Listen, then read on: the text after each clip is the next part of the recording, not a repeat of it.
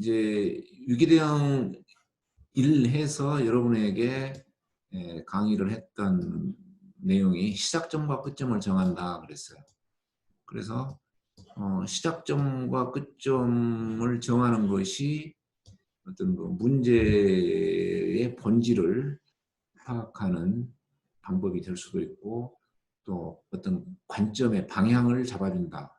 어떤 생각으로 이 문제를 볼 거냐 하는 것을 잡아주는 것이 바로 이 시작점과 끝점을 정하는 건데, 그 두 점, 시작점과 끝점을 정해놓고 우리가 해야 될 게 중간 단계를 삽입하는 겁니다. 자, 왜 중간 단계를 삽입하는 것이 필요하느냐, 그런 이야기도 오늘 한번 나눠보려고 합니다. 자, 그래서 이제 시작점과 끝점에서 한번 출발을 하는데, 지금 이 가지라는 다이어그램을 작성해가는 과정이 이 세 단계로 되어 있습니다. 그래서 시작점과 끝점을 정하고, 그 다음에 중간 단계를 삽입한 다음에 이 시작점, 중간 단계, 끝점을 인과관계로 연결을 하면서 가지를 작성합니다. 그래서 오늘은 이 두 번째 단계가 되겠습니다. 중간 단계를 삽입하는 것은 사실 논리 비약을 방지하는 겁니다.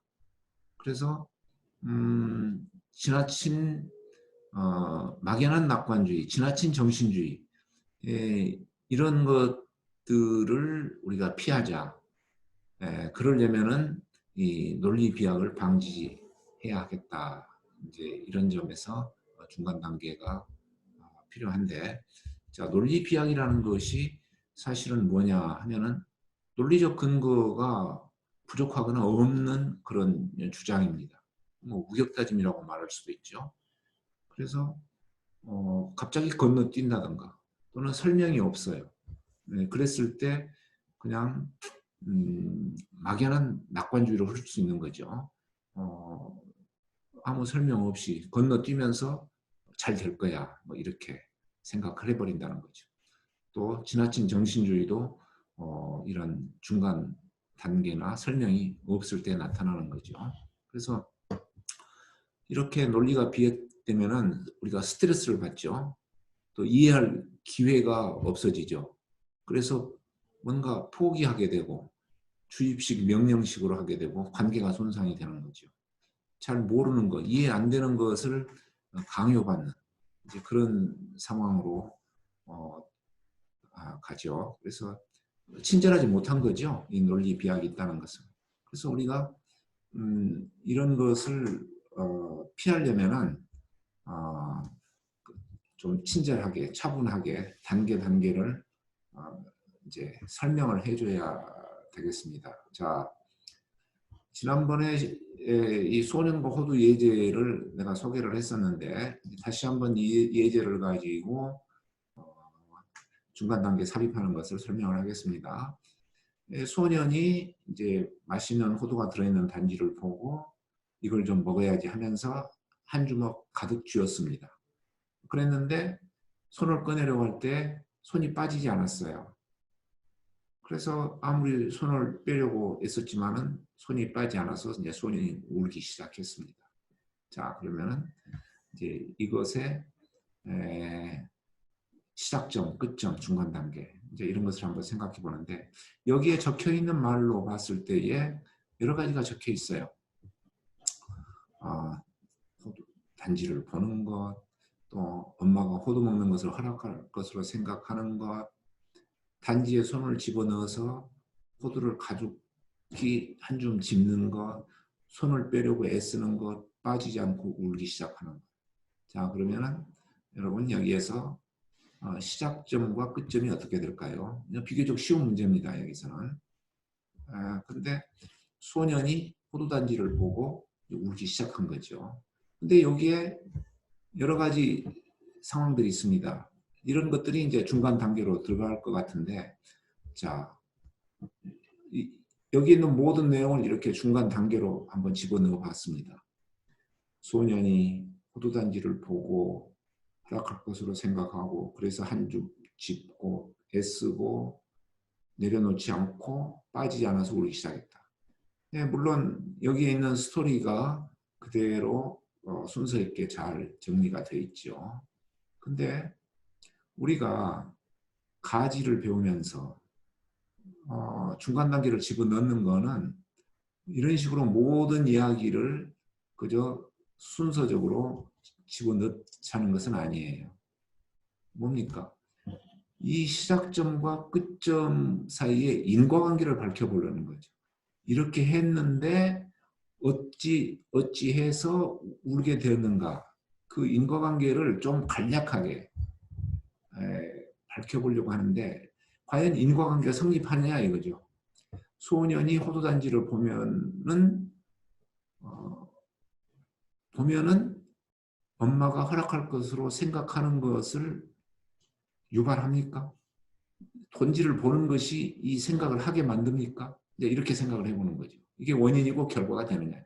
또 허락할 것으로 생각하면은 한 줌 가득 짚게 되느냐. 근데 뭐 약간의 인과관계가 있습니다만은 여기 한번 보겠습니다. 여기에서 손을 빼려고 애쓰면은 손을 뺄 때 호두를 내려놓지 않는 사실을 만들어냅니까? 야기합니까? 이것이 원인이 돼서 내려놓지 않게 됩니까? 이건 좀 아니죠. 빼려고 애쓰는 것이 호두를 내려놓지 않는 것을 유발하는 것은 아니죠. 그냥 빼려고 애쓸 때 그냥 호두를 내려놓지 않았을 뿐이에요. 그러니까 이 둘 사이에는 인과관계가 성립되는 것은 아닙니다. 이 둘 사이에는 인과관계가 성립되는 건 아니에요. 그러니까 빼려고 애쓸 때에 손이 빠지지 않는 사실을 유발하는 것은 어느 정도 맞는데 내려놓지 않는 것을 유발하는 건 아니다. 그래서 이 부분의 인과관계는 굳이 필요가 없습니다. 그 다음에 또 조금 더 한번 보면은 소년이 호두단지를 보는 것이 이렇게 소년이 호두단지를 보는 것이 잠깐만요. 여기 있습니다. 엄마가 허락할 것으로 생각한다는 것은 조금 인과관계 약해요. 보기 때문에 허락할 것을 생각을 해내는 건 아니에요. 허락할 걸 생각하는 것은 평소에 엄마가 자기한테 뭔가를 잘해줬다던가 엄마가 친절했다던가 뭐 이런 것으로 해서 허락을 생각하는 거지 호두단지 보는 것을 허락으로 생각하는 것을 이야기하지는 않죠. 단지 기회가 됐을 뿐이죠. 그래서 단지를 보는 것이 이 소년에게 호두를 한 줌 가득 집어야 되겠다는 그 행동을 유발했다고 볼 수가 있는. 그리고 가득 집은 것이 결국 여차저차해서 손이 빠지지 않아가지고 울기 시작했다. 이렇게 보는 게 조금 더 논리적인 관계가 좀 더 명확하지 않을까 싶습니다. 그래서 이렇게 해놓으면은 이렇게 4단계로 하지 않고 2단계로 중간 단계를 해보면은 여기에서 여기까지의 그 가는 과정이 좀 더 간단 명료해집니다. 소년이 단지를 봤는데 그래서 한 줌 가득 집었는데 그것이 손에서 빠지지 않게 만들었어요. 넣어서 집었기 때문에. 그래서 울기 시작했다 이거죠. 그렇게 해놓으면은 이 스토리가 골격은 이거죠. 소년이 단지를 보고 단지에 손을 집어넣고 그랬는데 빠지지 않아서 울기 시작했다 이거죠. 그러면 왜 가득 집어넣느냐? 엄마가 허락할 거 생각했기 때문에 집어넣었다. 왜 빠지지 않았느냐? 손을 빼려고 했었는데 등등 여러 가지 이유로 빠지지 않았어요.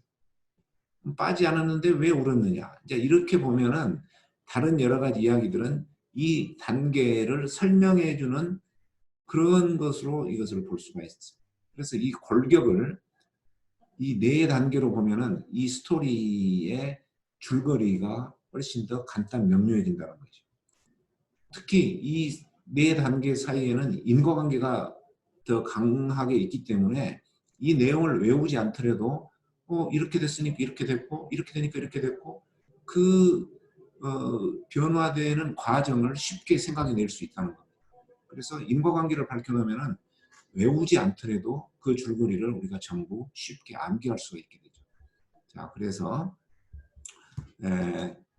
자, 이거를 우리가 이제 줄기와 설명문의 관계로 한번 생각을 해볼 수가 있는데, 자, 이게 이제 줄기입니다. 왼쪽에 있는 게 손을 집어넣어서 호두를 짚는 이유가 되죠. 그래서 이 두 가지가 원인이 돼서 이런 결과가 나타났고, 또 이런 결과가 이렇게 이런 일들이 있었을 때에 이런 결과가 나타나는 거예요. 그러니까 가득 집어넣었는데 호두를 내려놓지 않고 또 손을 빼려고 애를 썼는데 안 빠졌다 이 말이죠.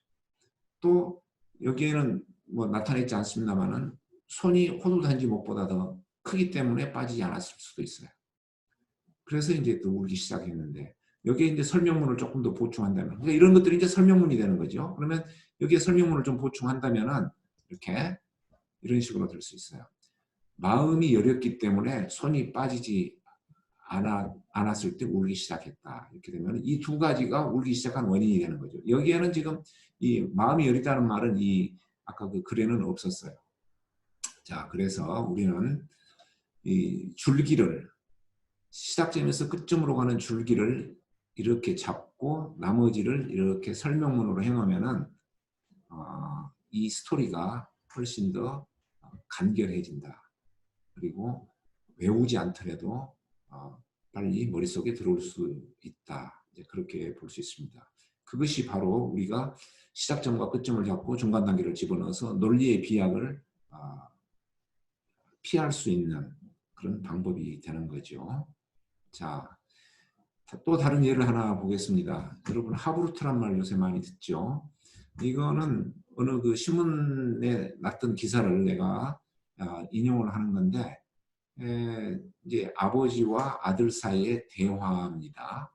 그래서 통상 아버지가 뭐 이렇게 대화를 하기 쉬운데 그러지 말고 이렇게 아들하고 대화를 해라. 근데 그 내용이 뭐냐면은 이런 거죠.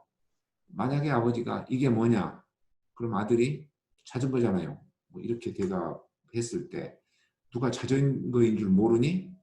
아빠가 여기 놓지 말라고 했지. 빨리 안 치울래? 그러면 아들은 아빠는 맨날 소리만 질러. 안 치울 거야. 이렇게 대답해서 대화가 끝나고 만다는 거죠. 그러지 말고 여기를 이런 식으로 대화를 해보라는 거죠. 복도에 자전거를 세우면 다른 사람들이 어떨까? 이렇게 하면은 아들이 사람들이 다니기 불편하겠죠. 그러면 지나가다 부딪히면 어떻게 하지? 아프거나 다칠 수 있어요. 그럼 네 자전거는 어떻게 되고? 자전거가 넘어져서 망가지겠죠. 그럼 자전거를 어떻게 하는 게 좋을까? 그러면 아들이 자전거를 치워야 되겠네. 남한테 피해를 주고 또 자전거도 망가지면 안 되겠네. 이런 생각을 할 수 있게 된다는 거죠. 자, 아주 좋은 그 대화법이 되리라고 봅니다. 근데 문제는 이런 질문을 어떻게 해 나갈 거냐 하는 거죠. 그저 머릿속에 이런 생각만 있다면은 아무리 하브루트를 하려고 해도 이런 식으로 대화가 안 되겠죠. 그러니까 이 대화를 이끌어가는 사람이 어떤 질문을 할 거냐에 대한 구상이 먼저 있어야 이런 하브루트가 가능하다는 거죠. 그러면은 이런 질문들을 어떤 방법으로 미리 생각해 볼 거냐, 구상해 볼 거냐. 이제 그게 사실은 이 하브루트에서 가르쳐야 될 내용이 되지 않겠습니까? 그런데 이것을 우리가 배우고 있는 이 가지, 또 시작점, 끝점, 중간 단계 이런 것을 활용하면은 이런 하브루트도 쉽게 가르치고 배울 수 있지 않겠느냐 그런 생각입니다. 자, 그러면은 이제 이러한 예제에서 우리가 이러한 예제를 우리가 배우는 이 방법으로 한번 적용을 해보겠습니다. 자, 시작점과 끝점 먼저 정한다 그랬죠. 그러면은 지금 여기서 아버지가 하려고 하는 게 시작점을 뭘로 잡으면 될까요? 그러니까 아들이 자전거를 복도에 세웠을 때 어떻게 될 거냐. 뭐 이 지금 이야기를 하려고 하는 거죠. 대화를. 그러니까 이제 만약에 복도에 자전거를 세운다면은 끝점 이게 어떻게 될까? 이제 이 생각을 해보게 하는 거죠. 아들에게. 근데 아들에게 어떤 생각을 해볼 거냐 하는 거를 아버지가 먼저 한번 생각을 해보라는 거죠. 네가 복도에 자전거를 세우면 어떻게 되지? 해서 그걸로 해서 아들이 이런 생각을 하면 좋겠다. 그것을 끝점으로 한번 잡아보면은 우리와 이웃이 서로 불편해진다. 아들이 이 생각을 할 수 있도록 질문으로 유도를 해야 되겠다. 뭐 그렇게 한다면은 이것이 끝점이 될 수 있다는 거죠. 그래서 시작점, 끝점을 이렇게 한번 정했습니다. 지금 이거는 그 아버지가 하는 이야기입니다. 그 다음에 이제 우리는 여기다가 중간 단계를 하나 집어넣는데 어떻게 해서 이웃이 불편해지느냐. 그러면 이 사람이 자전거에 부딪히고 또 자전거도 망가지고 사람도 다치는 뭐 이런 상황이 발생한다는 거죠. 그러면 불편해진다. 그러니까 복도에 자전거를 세우면 그냥 불편해지는 게 아니라 사람이 자전거에 부딪혀서 불편해진다. 이렇게 한 단계 더 설명을 생각해 보는 겁니다. 그러면은 이게 이제 중간 단계가 들어간 거예요. 그랬을 때 왜 부딪히게 되느냐 하는 것을 이제 여러 가지 생각 보면은 사람은 부주의할 수 있고 또 복도는 비좁을 수 있다. 이런 게 이제 설명문이죠. 사실은 이게 이제 충분 조건 사고입니다. 복도에 자전거를 세운다는 것이 사람이 자전거에 부딪히는 충분한 원인이라고는 볼 수 없어요. 복도가 비좁고 또 부주의할 때 이렇게 부딪히게 된다는 거죠. 그래서 이게 이제 충분 조건 사고로 이러한 일이 원인이 된다면은 반드시 이런 일이 발생할 것이다 하는 이제 그런 생각을 해 보는 겁니다. 그 다음에 또 여기서도 자전거에 부딪히면 정말로 불편해질까? 통행 불편은 불쾌하고 또 상처가 생기면 나쁜 감정이 생긴다면은 이렇게 불편해지겠구나. 그래서 자전거에 부딪히면은 불편해지겠구나. 이것만 가지고는 조금 이런 결과가 일어날까 조금 불확실하거나 의심스러웠는데 이런 생각을 해보면은 정말 그렇겠구나 하는 것으로 더 보충이 되죠. 그래서 인과관계가 더 탄탄해집니다. 그래서 이 설명을 추구하는 것이 이제 그렇게 되는데 만약에 아버지가 이런 정도의 다이아그램을 그렸다면은 아들에게 어떤 질문을 해야 될지 이제 여기서 그 구상이 다 나오는 겁니다. 자, 그러면은 이런 다이아그램을 그린 아버지는 하브루타를 한다고 했을 때 어떤 질문을 할까요? 이런 다이아그램을 그리지 않았을 때에 하브루타 교육을 받은 사람이 뭐 이런 정도의 대화를 했다고 합시다. 아까 그 대화였습니다. 사실 이 대화는 그 신문에 그 일간지에 나와 있던 기사 내용이었어요. 이게 하브루타다. 이렇게 부자 간의 대화를 하는 게 좋겠다. 그랬던 거거든요. 근데 우리는 이런 인과관계, 가지를 배우면서 또 시작점, 끝점, 중간 단계를 찾아가면서 설명문을 생각해가면서 이런 다이아그램을 그렸어요. 그러면 이 다이아그램에서 우리는 다른 하브루타 질문, 대화를 할 수가 있을 겁니다. 자, 첫 번째 질문이 이겁니다. 복도에 자전거를 세우면 어떤 일이 생길까? 아들이 만약에 사람들이 다니기 불편하겠죠. 그러면은 어떤 질문을 할 수 있을까요? 왜 불편해질까? 그러면은 뭐 비좁고 부딪힐 수 있으니까 이런 대답이 나올 수 있고 한번 또 기대를 해본다는 거죠. 만약 이런 대답이 안 나오면은 아까 이 그림에서 이런 내용을 생각을 해봤으니까 뭐 유도해 갈 수도 있겠죠. 다니기가 불편해지면 어떻게 될까? 이웃과 사이가 나빠지겠네요. 그러면은 자전거를 세우면은 이웃과 사이가 나빠진다는 걸 아들이 생각하면은 자전거를 저절로 복도에 세우지 않게 되겠죠. 그러면은 더 이상 이런 질문을 뭐 거의 할 필요도 없겠고 또 뭐 질문을 해도 상관이 없죠. 그래서 짧은 대화지만 한 3번의 대화지만은 아들이 이런 생각을 할 수 있게 된다는 거죠. 그러면은 이전에 아들은 어떤 생각을 하고 대화가 끝났습니까? 자전거가 넘어져서 자전거가 망가진다는 생각으로 자전거를 안 세워야 되겠다. 이렇게 해서 대화가 끝났습니다. 근데 하브루타를 이렇게 가지를 그리면서 시작점, 끝점, 중간 단계를 집어넣어 가지고 이런 다이어그램을 그린다면은 아들이 이웃과 사이가 나빠지겠구나 라는 그런 생각을 하면서 자전거도 복도에 안 세우고 더 어떤 공중 도덕을 지킬 수 있는 그런 아들이 될 수 있지 않겠는가, 그런 생각을 해봅니다. 자, 그래서 여러분, 우리가 시작점, 끝점을 정하고 또 중간 단계를 집어넣는 것이 이런 일을 할 수 있도록 해준다 하는 것을 오늘 여러분에게 설명하였습니다.